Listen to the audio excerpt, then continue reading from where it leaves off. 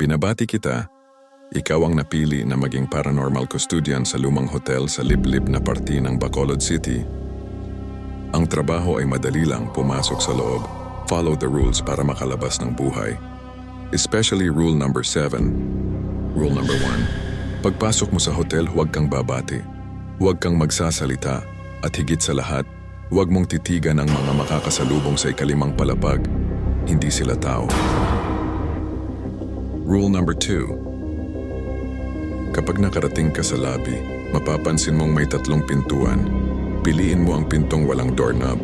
Kung alin man sa 3 pinto ang biglang sumara ng malakas, huwag yun ang pipiliin mo. Rule number 3. Lalapit ka sa front desk. Makikita mo ang isang lumang bell na may nakaukit na numero 7. Pindutin mo lang ito isang beses, hindi 2, hindi 3. Kung sakaling tumunog ito ng mag-isa, tumalikod ka, may darating. Rule number 4. Kung may receptionist na lilitaw sa likod ng counter, huwag kang magtaka kung hindi siya humihinga o kung hindi gumagalaw ang kanyang anino. Isang tanong lang ang sasabihin niya, ilang gabi ka mananatili?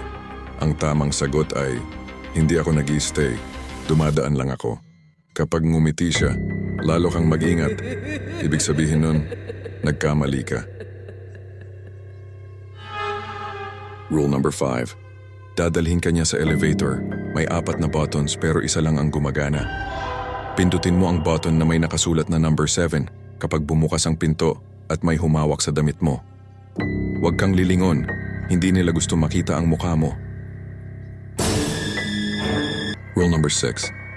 Kapag huminto ang elevator, mapapansin mong wala sa listahan ang floor na yon. Malamig, tahimik, at parang paulit-ulit ang echo ng bawat hakbang mo. Maglakad ka lang diretso. Huwag mong hahawakan ang anumang pinto. Kung may kumatok mula sa likod mo, takpan mo ang tenga mo at huwag mong sagutin. Rule number 7. Makikita mo ang isang maliit na exit door na may pulang ilaw. Buksan mo lang ito kapag narinig mo ang boses na nagsasabing, pwede ka nang umalis.